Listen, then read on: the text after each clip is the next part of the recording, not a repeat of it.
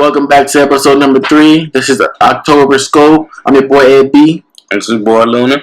Today, we just gonna dive right into it. Today, we ain't playing no games. We ain't wasting no time. So, what you think about that Westbrook contract situation? How he chose to stay with the Thunder instead of just switching teams? I think you can look at it two ways. Me, I'm more leaning towards the second way, but the first way I was thinking he was believing in the GM and the organization to build a team around him since KD left. Now it is his team, and he was believing in the organization to build a team around him. But I'm not leaning that way. I'm leaning more of he's seen the backlash KD received for switching teams, more or less because of the team he went to. But either way, because he left OKC, he was getting a lot of backlash from it, and I think he saw the backlash KD was getting, and he didn't want to go through the fans talking all that stuff about him. Yeah, that's which way I'm leaning, but I think you could look at it either way. Yeah, because if I was Westbrook, I would have left too. Because right now he's basically doing Carmelo Anthony. He's staying for the money. Because with this current roster that the Thunder has, it's no help. He's not winning no championship with that no time soon. Not even in 3 years. It's like his second option for scoring is Victor Oladipo, or however you say his name. It's like, no disrespect, but it's like he's the second option. After that, it's like, who else is going to score the ball? There's no Ibaka. There's no Durant no more. So there's no more threats besides Westbrook. So Westbrook, I believe he saw the backlash that Durant got, and he was like, "Man, you know what? I'm gonna stick here. I'm becoming this hero to this town. Everybody's gonna say, oh, in Westbrook, he's a real player. He just like he just start getting behind him and get on his bandwagon. His agent probably told him, "Hey, man, if you leave, this is your team. This is your team. But if you do leave, this is what's gonna happen to you. They're gonna treat you how they're treating Durant." But hey, his contract though, so whatever. But now we're gonna just jump right into the NFL. We're gonna talk about Tyrann Mathieu becoming the number 1 highest paid free safety in the NFL.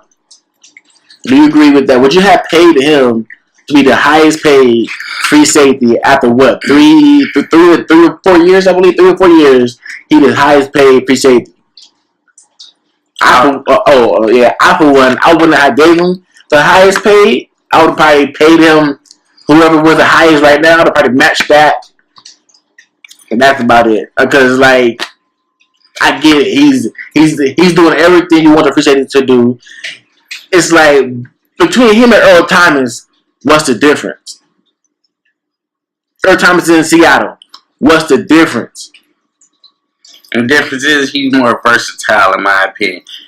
Earl Thomas is more of a cover kind of dude, whereas Tyrann Mathieu could come and blitz. He can play the short range type shit, you know what I'm saying? He could come from that free safety position and play linebacker type shit, but still lining up at the free safety, or he could even turn into a lineman and blitz the quarterback, you know what I mean? So for me, it's a versatility thing, so I think as far as price-wise, I wouldn't agree. I don't think I would have made him the highest paid free safety. But looking at his versatility, I do think he is up there because he can blitz, he can play cover. You know what I'm saying? He even does man from time to time. So I think he has deserved it. I just don't know if I would have made him the highest paid safety. Yeah, because that's ridiculous. Because like you could name. So basically, it's like, are they saying he's better than Ed Reed? Is he better than Joe Polamalu? It's like, no, I think he is as versatile. No, I don't think he's better than Polamalu, but I do think he is as versatile as Polamalu, because Polamalu played up on the line sometimes. You know what I'm saying? As soon as the ball was hiked, he was jumping over the center making tackles. Tyrann Mathieu is that same skill set. But are you like, because Polamalu, right? He's timing your snap and the power line and sacking you. And like Ed Reed is a ball hog. Don't throw the ball his way. He's picking it off. That's Peterson for the Cardinals. Yeah, but it's like is Tyrann Mathieu, Honey Badger, Okay, like Arizona Cardinals have a great defense. Everybody is great at their own thing. You know, they all play the position. They all do what they supposed to do. Yeah, they got what's his name, Peterson over there. They got a front four is crazy. They got linebackers who's doing their thing. Beto is only one who's a weak one on their defense. But it's like Tyrann Mathieu. I understand if he covers he's your last resort. He's your last resort. Okay, because like when Arizona went against the Panthers in the NFC Championship, he wasn't there. He wasn't there. That was a crucial piece missing.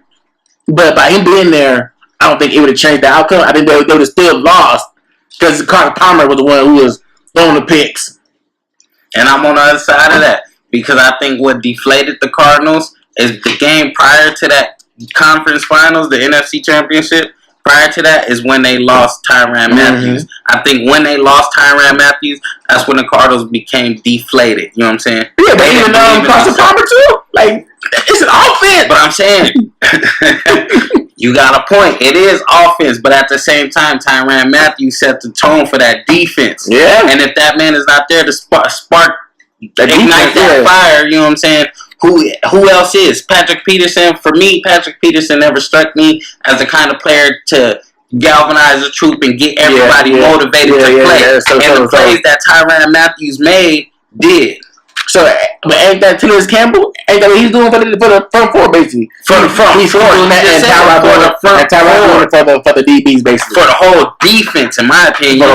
For the whole defense, because he had those linebackers putting pressure on that quarterback. Because they knew he was back there to make those interceptions and make those pass breakups. But without him back there, who you got?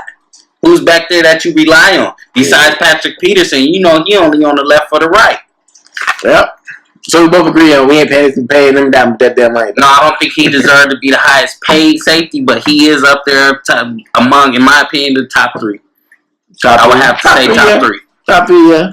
Top three, yeah. I mean, but then, like, once they start talking about his contract situations, you know, you see sports analysts and stuff like that talking about his past, about the whole weed stuff, how he, how he was kicked out of LSU. It's like, why y'all talking about this man past for? It's like, he just signed a contract for all this money, and y'all want to bring up some stuff that happened six years ago. It's like, he's not Johnny Manziel.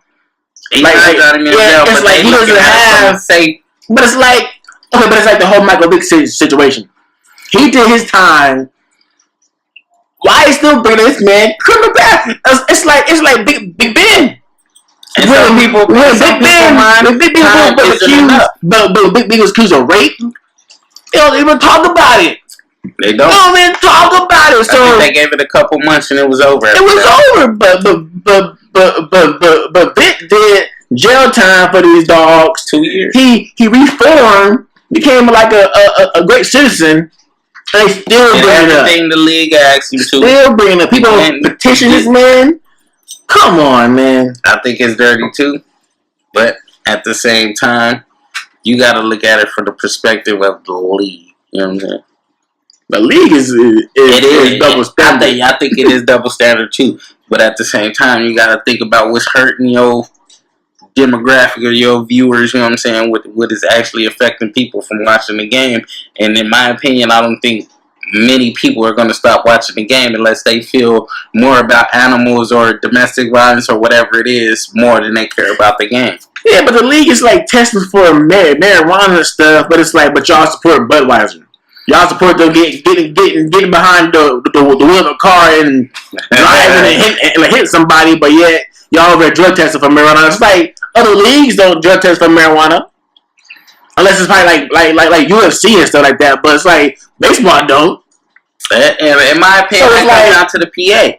Come on, man. It comes down to the PA. The NFL got one. The NBA got one. Yeah. I'm pretty sure a lot of leagues got them. You know what I'm saying? But it comes down to the PA, the Players Association. If the Players Association is not bargaining for that to be into the contract, you know what I'm saying, where they don't test for marijuana, then that's just a rule you got to follow. You sign a contract, honor that contract. You know what I'm saying? Or just don't sign it. You take your risk and not play it. Yeah, but you think the league is going to be hurting without you? Nah, I don't think so either. So that's exactly why people sign those contracts. If they performance on the field isn't affected by it, if they're not cheating, taking it like an advantage, like I'm gonna take these steroids, I'm gonna take these pills to enhance my abilities. I want to enhance no ability. It's like basically slowing it down. Yeah. So if the dude, so the dude Ricky Williams over there smoking weed, and he was cold. Good. I actually liked him. Yeah, but it's like number 34 because of him. But it's like, okay, y'all, because weed is it, and now it's like if you smoke weed, boom, now you out for like 4 games. Boom, you do it again, you out for the whole year. It's like Jesus Christ. But then again, I do see both sides of it, because it's like everybody have a boss, everybody have the rules. You got whatever job you at. Yeah, so if they say don't smoke weed, don't get in my car. Don't get in my car smoking weed. Don't get in my house smoking weed.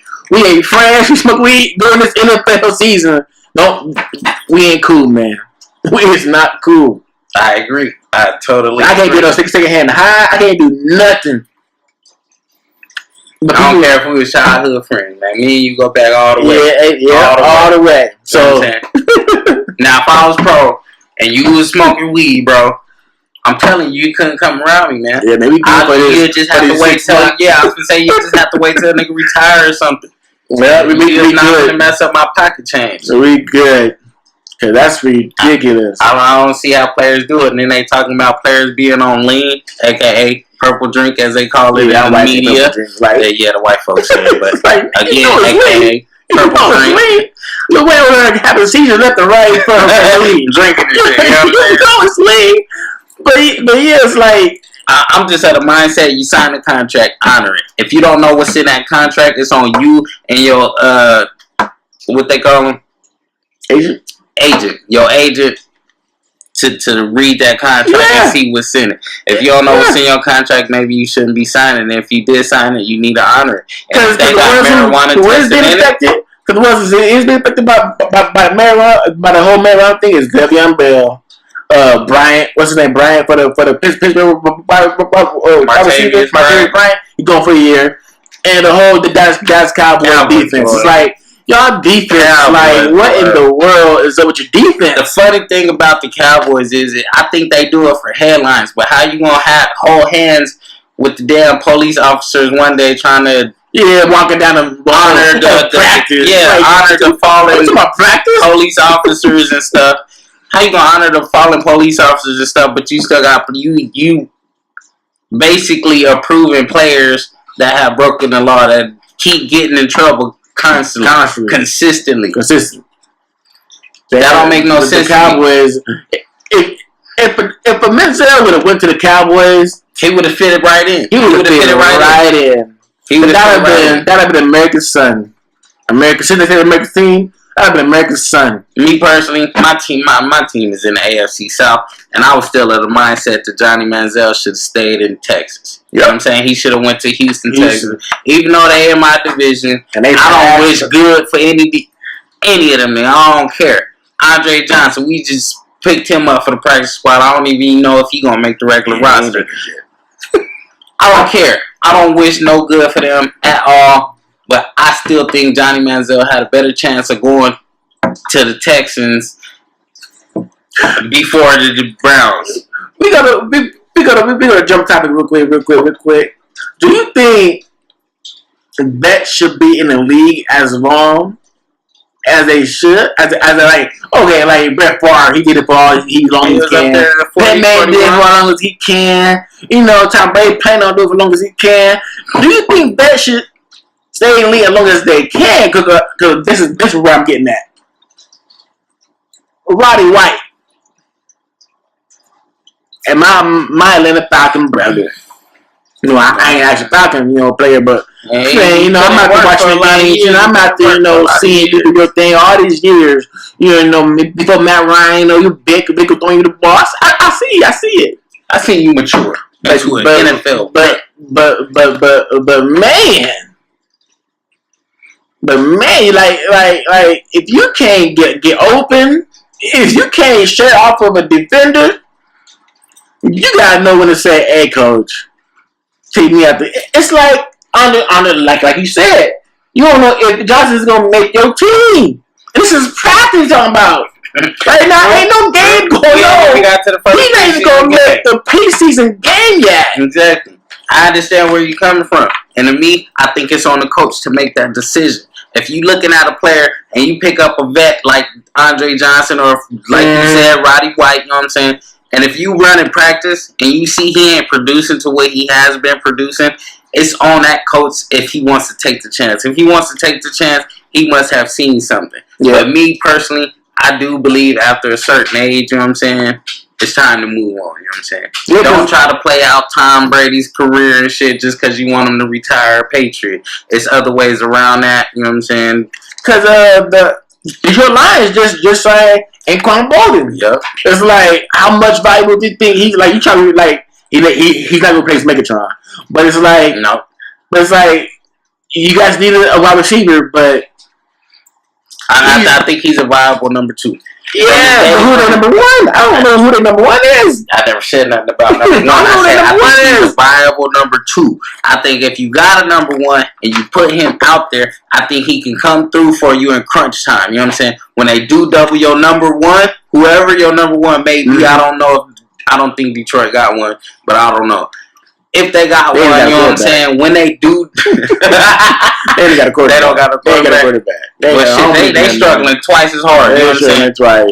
I'm just saying, if you do got it for sure, number 1 with a decent quarterback, I think when that number 1 draws double team, Anquan Bolden will be there for you. He's proven that.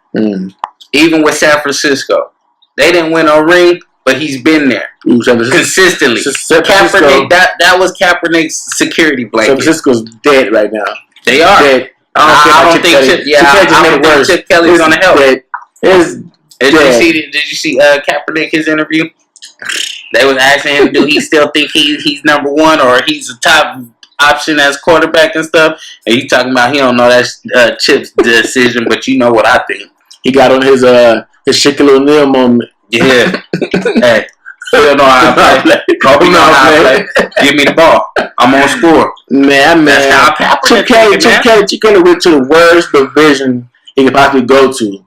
Every other team in that division was going to give that man work.